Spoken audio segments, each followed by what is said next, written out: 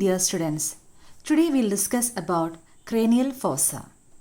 The interior of the base of skull is divisible into three cranial fossa, that is the anterior cranial fossa, the middle cranial fossa and the posterior cranial fossa. The anterior cranial fossa is separated from the middle cranial fossa by the posterior border of the lesser wing of sphenoid bone and the sulcus chiasmaticus in the center. You can see lesser wing of sphenoid bone on either side and sulcus chiasmaticus in the center. Now the middle cranial fossa is separated from the posterior cranial fossa by the upper border of the petrous part of temporal bone on the either side and the dorsum sellae in the center. Now we'll focus on the anterior cranial fossa.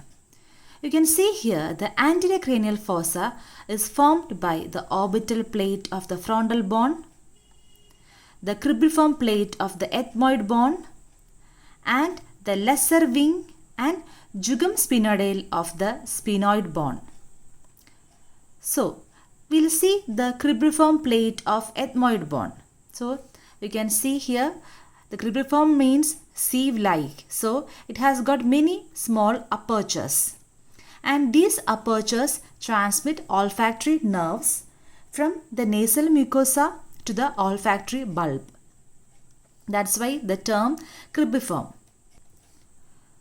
Posteriorly, the cribriform plate of ethmoid bone articulates with jugum sphenoidale of the body of sphenoid bone, and that forms the roof of the sphenoidal air sinus.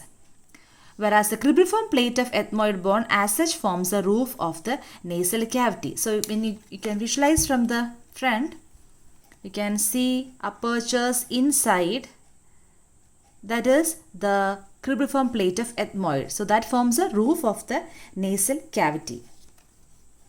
You can also see a median triangular process arising from the center. On lateral aspect you can clearly see it. This is a median triangular process. This is known as crista galli. And this projects upwards from the cribriform plate of ethmoid. And also you can see another crest that is known as a frontal crest. This is a frontal crest. So when you are seeing in this aspect, you can see the frontal crest here. So this is a frontal crest.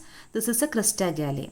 These two together gives attachment to falx cerebri, that is one of the dural falls, that is falx cerebri. Now in between that you can see a small foramen. This foramen is known as a foramen caecum and that transmits a vein from the nasal mucosa to the superior sagittal sinus. Now on either side of the cribriform plate you can visualize anterior and posterior ethmoidal canals. You can see over this side anterior ethmoidal canal and here posterior ethmoidal canal. So anterior and posterior on either side you can visualize that. You can see from the anterior aspect. Now you can see clearly this is the anterior ethmoidal canal and this is the posterior ethmoidal canal. You can see two small canals here.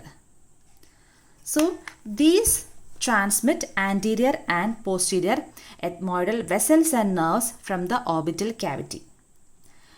So that's about the cribriform plate of ethmoid and the associated ethmoidal canals. Now the orbital plate of the frontal bone, you can see here it has got some impressions. So on the lateral aspect you can see very clearly it has got some impressions that is formed by the sulci and gyri of the frontal lobes of brain. And posteriorly, this orbital plate articulates with the lesser wing of sphenoid bone.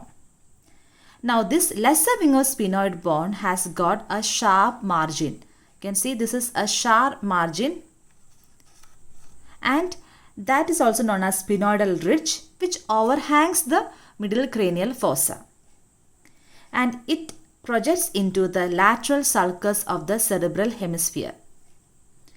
The medial end of the posterior margin. So we know that this is a posterior margin and the medial end of the posterior margin has got a projecting tubercle. You can see a projecting tubercle on either side.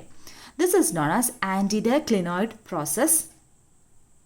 and it gives attachment to the anterior end of the free margin of tentorium cerebelli, which is another dural fold. And this is sulcus chiasmaticus. We'll learn about that in the middle cranial fossa. So, in a nutshell, you can say the anterior cranial fossa is formed by the orbital plate of the frontal bone, cribriform plate of the ethmoid bone, and the lesser wing of sphenoid, and the jugum sphenoidale of the body of sphenoid. You have also learned about the crista galli. This is the crista galli, the frontal crest, the foramen cecum, then the anterior and posterior ethmoidal canals, and also about the anterior clinoid process. Thank you.